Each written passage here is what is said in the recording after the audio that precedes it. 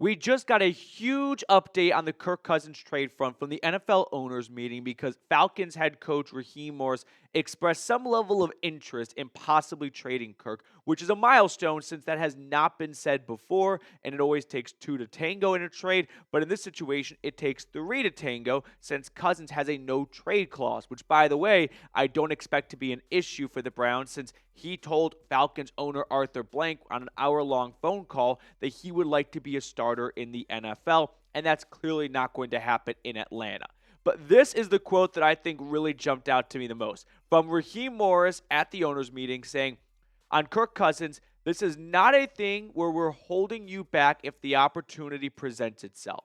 If it's something that's good for both of us, it's good for the Falcons and Kirk Cousins, we certainly would like to see that happen. Timeout, because all of the rhetoric and all the messaging from the Falcons up until this point has been they don't want to trade Kirk Cousins, right? They like him as their backup. All of a sudden, well, if it's good for both of us, we'd like to see that happen. Not even if it's a good offer, we'll consider it, but hey, we're still not interested. No, now they are completely changing their tune in a lot of ways, that if it satisfies their needs and Cousins' needs, they would like to see this happen. So if the Browns are interested in acquiring Kirk Cousins, there is a mutual interest between Atlanta and Cleveland in this situation to get a trade done. And I believe we are going to see a trade happen at some point in time. Dianna Russini, who does a great job of getting all the scoops on her YouTube show, podcast, Scoop City, saying based on conversations I've been hearing, it would not be surprising to see Kirk Cousins end up in Cleveland. There's been a lot of momentum behind Cousins coming to the Browns. I mean, remember, we're not too far removed from when Kirk Cousins was spotted not once, but twice in the Cleveland greater area in late March, when I can't find a single connection he has to the city or its suburbs. First, he was at a Chipotle in Westlake. Then fast forward a couple of hours, dinner rolls around, and he decides to check out City Barbecue, not too far away from the Chipotle. And there was a Twitter account, Jeremy in Akron, who did an excellent job of just Scooby-Dooing this bad boy and looking at the map and going, all right, where are these places? Oh, they're not very far from each other. And they're not very far from Dr. James Boose, I think I pronounced that correctly, who is the Browns team doctor. He, of course, has his own practice in Cleveland. He's an orthopedic surgeon. All right, if you don't know what orthopedic means, it means you kind of help out like the joints, for example. Ooh, Kirk Cousins.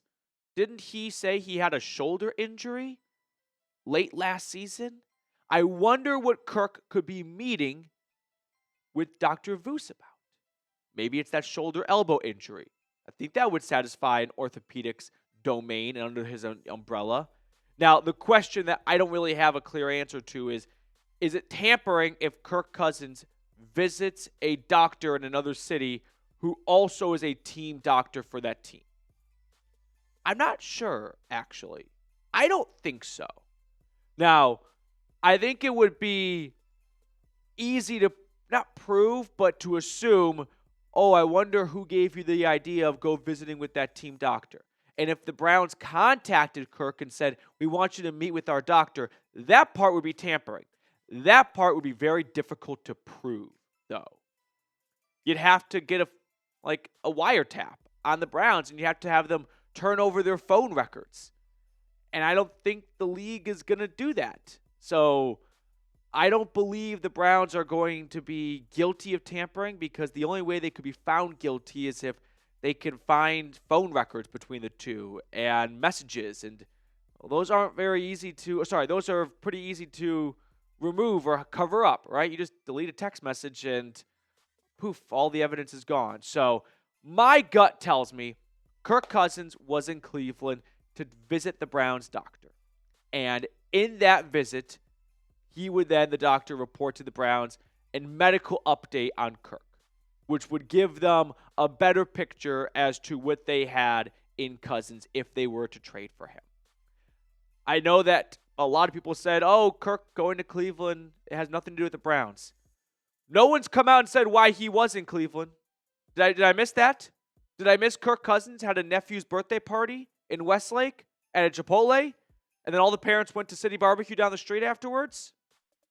I believe Cousins, and I still believe this since the moment he was spotted in Cleveland, his visit to the city was in some way, shape, and form connected to the Browns. And I think visiting with the team doctor, which that alone I don't believe would be tampering, is what he was there to do. And so I think we are going to see a trade happen. Now, before we get any further in today's episode, if we get more updates, you know we're going to get a video out to you guys quicker than anyone else on YouTube. So make sure to subscribe. And if you're already subscribed, turn on your notifications. That way when a video comes out, you're going to be the first one to know.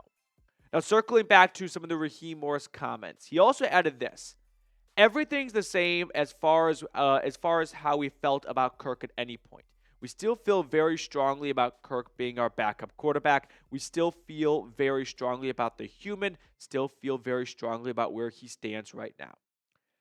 Honestly, we need to give Raheem Morris some type of Oscar for this acting performance because every single time he gets in front of the media, him and the GM, Terry Fontenot, do an outstanding job of letting everyone know that they are still comfortable with Kirk Cousins being this team's backup quarterback. When I refuse to believe that. I refuse to believe that they are comfortable with a backup quarterback who talks to the owner for an hour about wanting to leave, still being on that team. That's a hostage. That is a hostage. That is a hostage that you won't release and that wants to be on another team, and you are not releasing him. So they might try and tell us that they are happy with him being a backup. I don't buy it. I don't buy the fact that they want someone on their roster who doesn't want to be on that roster. Just it's not even like a napkin math thing. It's just like a don't overthink it thing. Okay? And we also had this from Raheem Morris at the owners meeting where he was talking about voluntary OTAs coming up, and Raheem Morris not expecting Kirk Cousins there, said it would be foolish if I thought he would come to the voluntary workouts. I mean, if you yourself are admitting, yeah, he probably doesn't want to come to practice, then why do you even want him on the team? This is not like a contract dispute, which makes up 99.9% of holdouts from OTAs and minicamp and things like that, where they want to be on the team. They actually want to be on the team so badly, they would like for the team to want them on the team and will award them with a new contract. For Morris to go out and say, yeah, I don't expect him to come to practice, why do you want him as your backup quarterback? Does that seem like someone who's going to be invested in helping the starter get ready every single week? I don't believe so. So here's my prediction. Clip this, come back to it in a few weeks, a few months, see if it, ages poorly. I, Matthew Peterson, on April 1st, not a April Fool's prank, I expect Kirk Cousins to be traded to the Cleveland Browns after the 2025 NFL Draft. Clip that. Make fun of me if it doesn't happen. I don't care. I'm that confident about it. I think Kirk is going to get dealt once the draft is over. We saw this exact same thing play out with Baker Mayfield and the Browns and the Panthers. Baker wanted a trade. Didn't happen before the draft. Panthers took Matt Corral in the draft, had Sam Darnold on the roster, and in July we're like, all right, screw it. Let's bring one more quarterback in. That's going to happen, I believe, with the Browns, where after the draft, they'll have Kenny Pickett, maybe one or two rookies, and they're going to say, all right, screw it. Let's bring Kirk Cousins over. So keep an eye on a trade post-draft. To round out the video, do you want Kirk Cousins in Cleveland? Just point blank. Don't get too caught up in what it would cost to get him from a trade standpoint or what the financial side of things would look like, because that's very fluid. The Falcons can take on a ton of his contract. The Browns can give up very little draft capital in exchange for taking on more of that contract. That is stuff that we can argue about later. But from a pure football standpoint, do you want Kirk on the roster? Give me a yes or give me a no.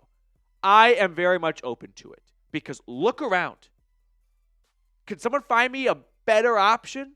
And I know that's a subjective question, but I don't see a slam dunk answer. Is it Carson Wentz? It's sure as hell not Kenny Pickett. We can talk about the draft. And you could make an argument that Shedeur Sanders at number 2 is better. And there's nothing I can say to prove or to disprove that, and nothing you can say to prove that. Who's to say that Shedeur Sanders doesn't come out and play like Josh Rosen, right? It's the NFL draft. It's a crapshoot. My feeling is Kirk Cousins at this stage of the ballgame is your best option. Given how well he played earlier in the 2024 season and how much I'm willing to believe that a shoulder and elbow injury against the Saints completely plummeted his ability, I think it's worth a shot.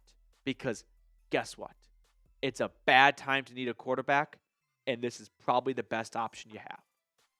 Not advocating for Kirk Cousins to come to Cleveland because he's going to play like a Pro Bowler. I'm advocating for Kirk Cousins because I think he's the best option you have. Not a great option, but it's probably your best option. Okay, before we get on out of here, 2 quick things. One, our friends over at Fanatics have the Cleveland Browns draft hat. Go to chatsports.com/CLE draft. I put this link in the comments and description of today's video. So if you want to get the unique Browns draft hat with the guitar emblem on it, go to chatsports.com/CLE draft. Okay, to wrap up the video, let's pick a card and get you guys on your way for the rest of this Tuesday.